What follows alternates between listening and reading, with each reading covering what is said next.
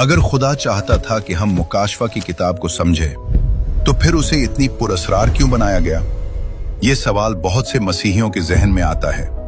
मुकाशफा की किताब बाइबल की आखिरी किताब है, लेकिन अक्सर लोग उसे पढ़ने से घबराते हैं क्योंकि उसमें अजीब नज़ारे, निशानियां, आदात, दरिंदे, महरें, नरसंगे और प्याले जैसे मनाजिर बयान किए गए हैं। ऐसा महसूस होता है जैसे ये किसी राज भरी कहानी की किताब हो।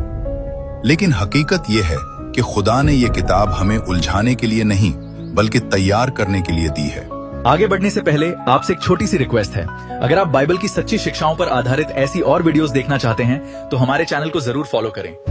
सबसे पहली बात ये समझना जरूरी है कि मुकाशफा की किताब एक नबुव्वती और अलामती किताब है। इसमें बहुत सी बातें निशानियों और तस्वीरी जबान में बयान की गई हैं। मिसाल के तौर पर 7 चरागदान, 7 सितारे, बर्रा, अजदहा और दरिंदा।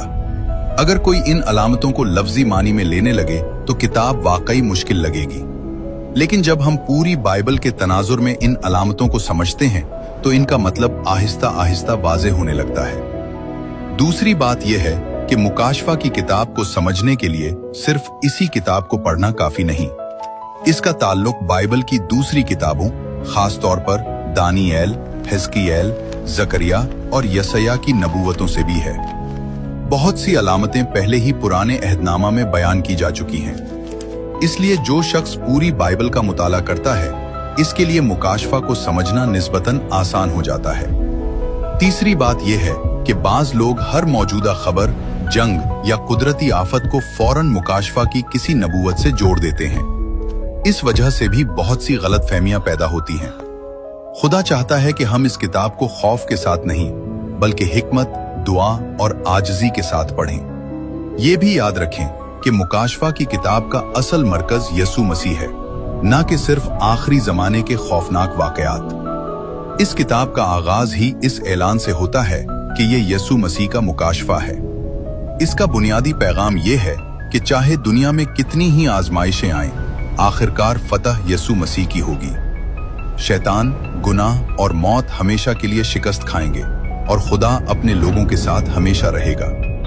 इसीलिए अगर आप मुकाशफा की किताब को समझना चाहते हैं तो जल्दी न करें, दुआ करें, सियाह को सबाक में पढ़ें, पूरी बाइबल का मुताला करें और रूहुल कुदुस से रहनुमाई मांगे। खुदा अपने कलाम को इन लोगों पर जाहिर करता है जो सच्चे दिल से उसे ढूंढते हैं।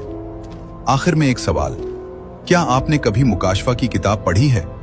अगर हाँ, तो कौन सी बात आपको सबसे ज्यादा मुश्किल या हैरानकुन लगी? अपनी राय जरूर शेयर करें और ऐसे ही बाइबली मौज़ूआत के लिए हमारे चैनल को जरूर फॉलो करें।